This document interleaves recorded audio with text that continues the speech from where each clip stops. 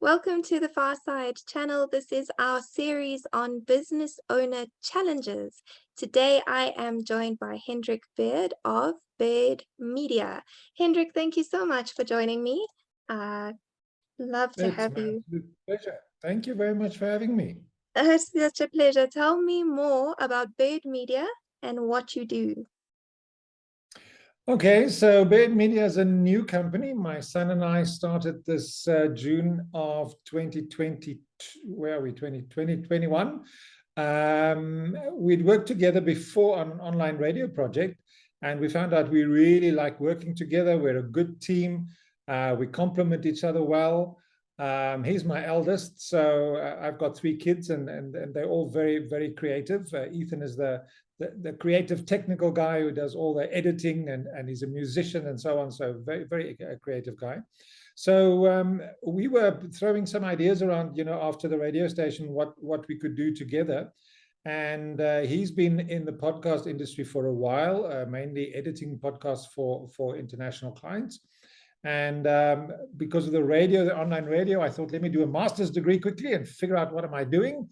And then realized there's no real future, not in this country specifically, for online radio. I mean, there's a lot of online radio stations, but ours just didn't make any money. So we were throwing some ideas around, and we said, well, if online radio is not the thing, then what about podcasting? And we did a bit of scratching around and saw that it's a great medium. It's grown tremendously in the past 20 years. And there's a lot of possibilities there. And I come from a theater background, which means, I'm very creative. I'm a voice artist. I've organized huge arts festivals and all sorts of things over the past 40 odd years. And we said, well, let's put our talents together and see if we can make a business out of this. And then as we started researching it, we realized there's a gap in the market. A lot of people do podcasts, and podcasting is obviously part of content marketing. So we looked at content marketing. There's a lot of people who do content marketing, but there's very few people who do podcasts as the source material for a content marketing campaign. Our extensive research has found a handful of companies that actually do this.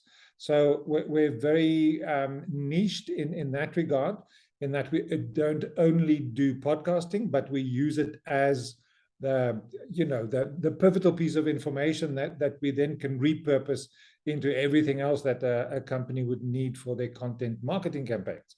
So the first year has been very challenging. We put in a lot of sweat capital, and tested a lot of things, and at one point had about 200 products and said, hang on, let's simplify. So we're now at the point where we have a cool idea of what we're doing, why we're doing it, how we're doing it, who we're doing it for.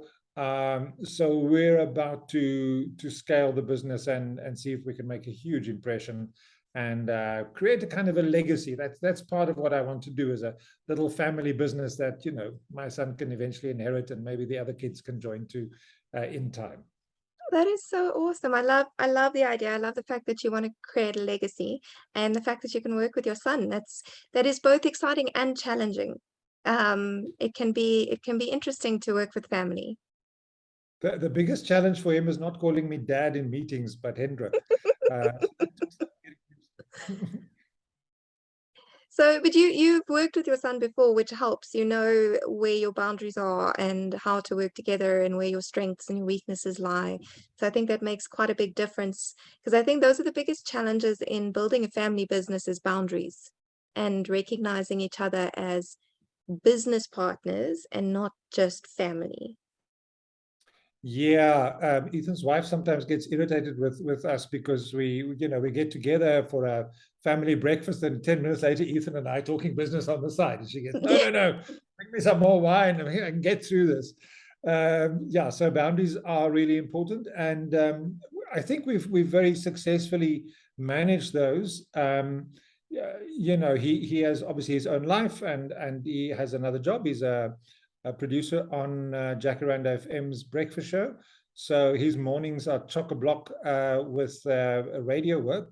So I only really have him in the afternoon. So that's been a challenge also, adapting to that, Mm. because in the beginning both of us were really in this full time.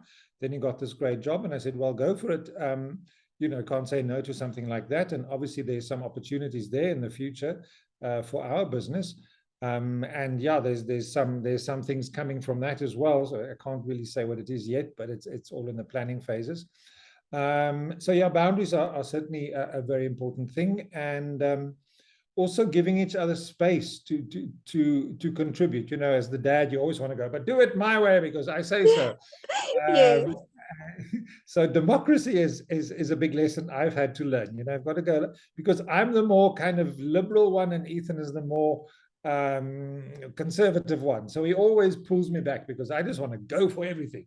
I just say yes to everything without thinking it through. And he says, Dad, hang on. Let's just look at this and make some lists and see if it's actually worthwhile. So yeah, there's a really good balance, and I'm very happy to be able to do this with him.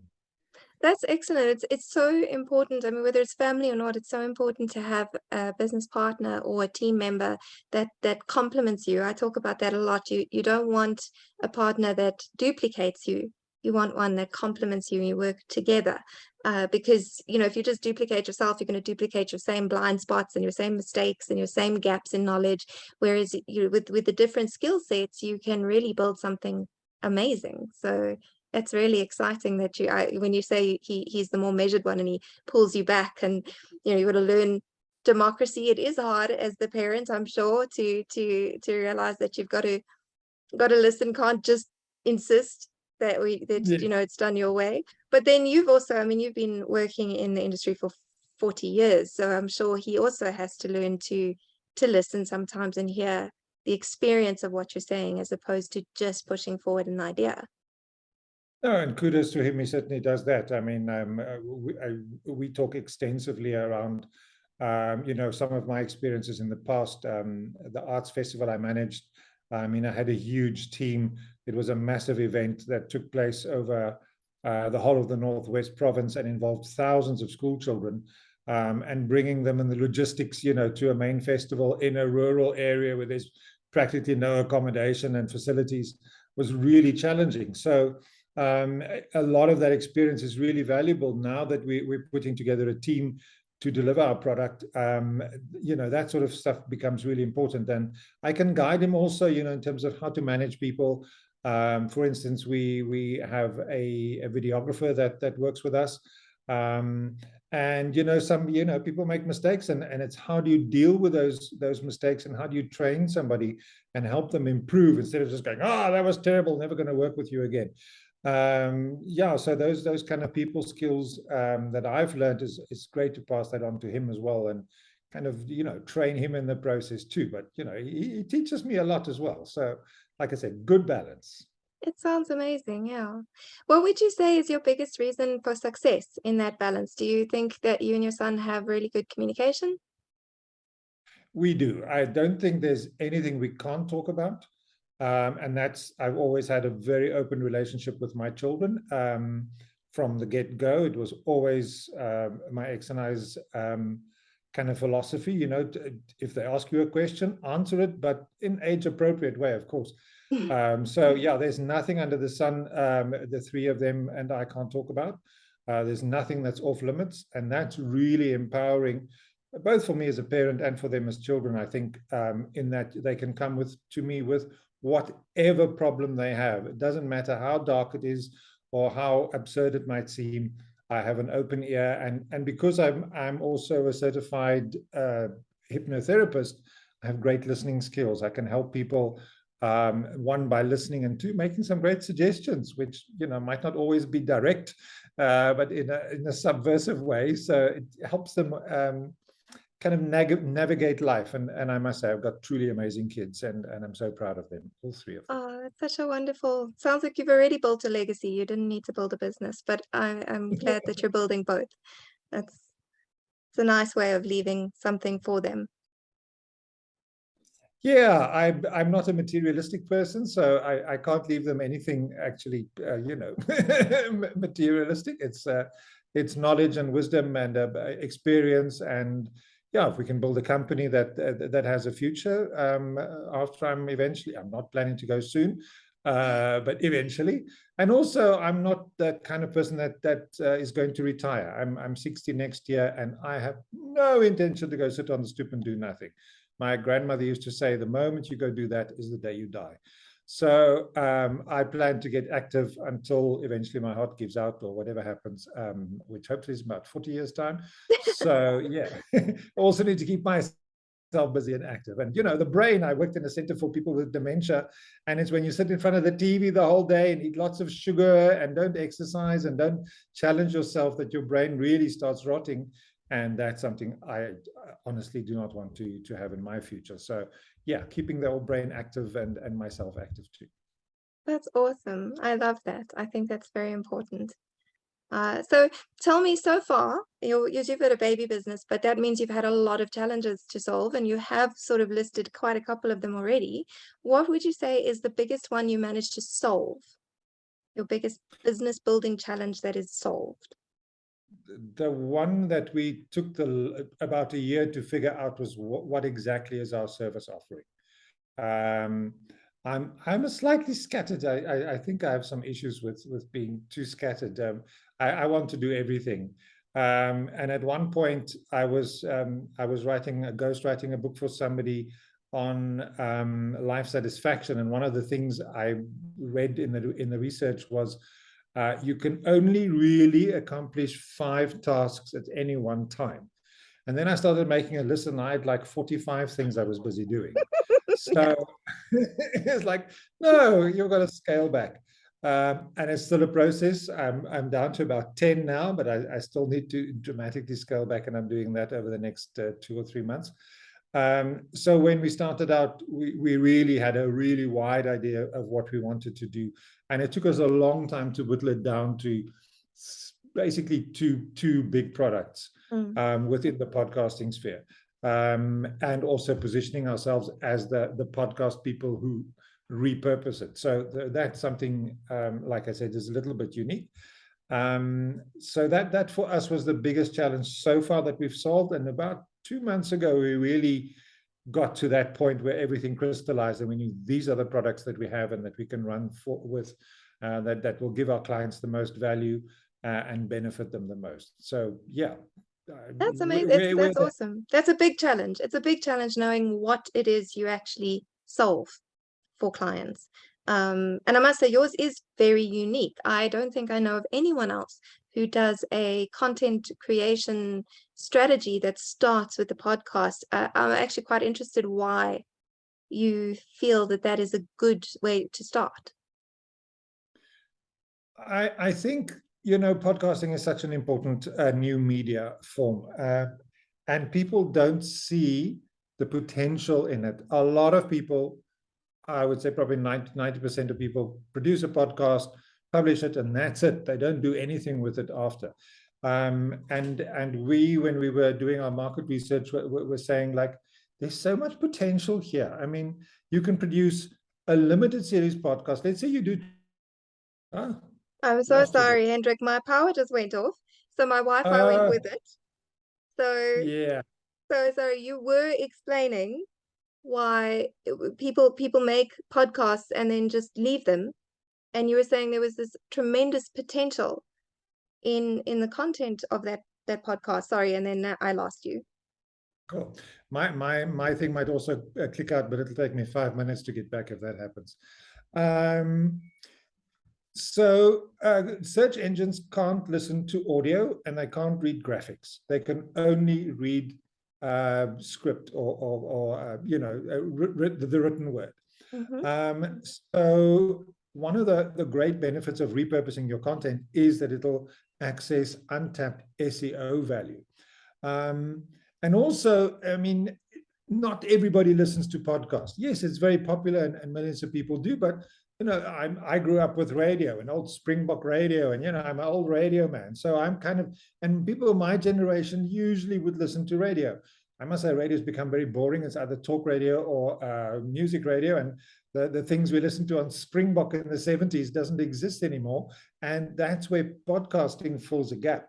But Mm, now not mm, everybody listens to podcasts. So how do you get them interested in your podcast? You have to find them where they are. People my generation are mainly on Facebook, younger people on TikTok, on Instagram, or all these other different platforms. So by repurposing the podcast, you can go and find potential listeners wherever they are and draw them back to your podcast and hopefully convert them into listeners. Now we're in the B2B space, so we our ideal market is other businesses, specifically larger businesses. And when you advertise or you market, there's that old saying that your brand message needs to be seen a minimum of 7 times before anybody takes action. So having just a podcast is just one listen, it's one. How do you do the other 6 times or 24 times, depending who you listen to? And that's through repurposing your content, making it available in different formats so that you can reach a potential audience and get engagement from it. So it builds and extends your online presence. And it also extends the life of the podcast. Now, provided it's evergreen content. If it's Black Friday or it's Halloween, well, Halloween repeats every year, but it's once a year. So you want your podcast to be kind of evergreen, that it has a long shelf life, because also the longer it's uploaded, the better the chances of people downloading it. Your numbers grow in time. And if you keep marketing and remarketing it through content, then your chances of it having a very long life would increase dramatically, and also extend your online presence, like we said. And then, of course, multi-channel marketing. You don't just want to do one little place where you market. You want to get your product out in front of as many eyes or ears as possible.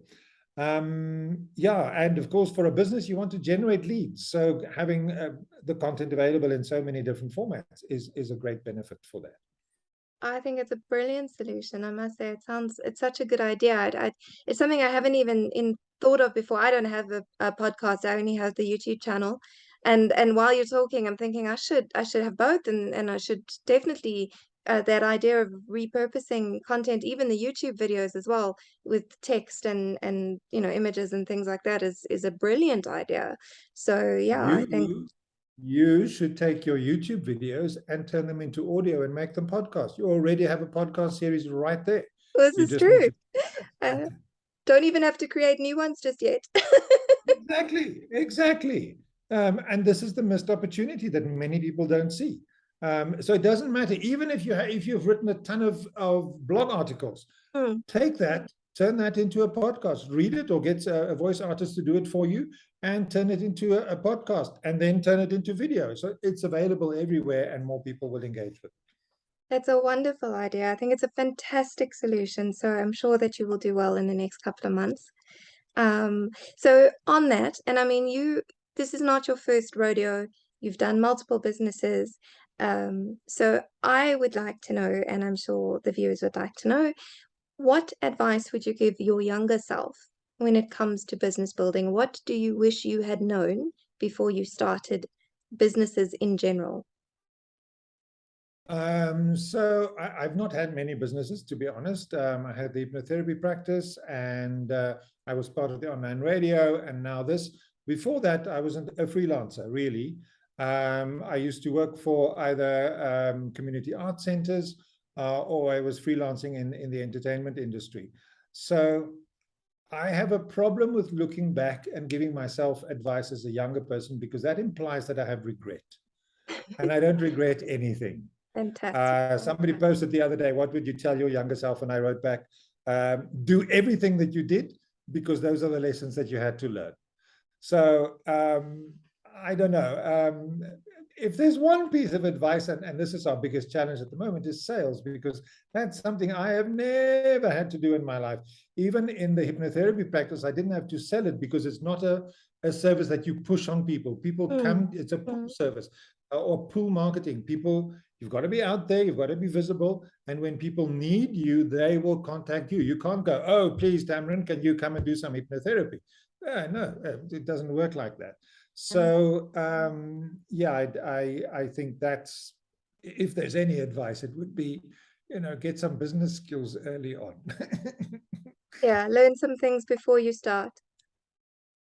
But for me, it's always been an adventure. It's been like there's an opportunity, and without really giving it much thought, I would jump into it and learn as I go along. And that's always been the biggest adventure. And that's how I've done the most amazing things. I mean, I've performed with the symphony orchestra on a typewriter as a soloist.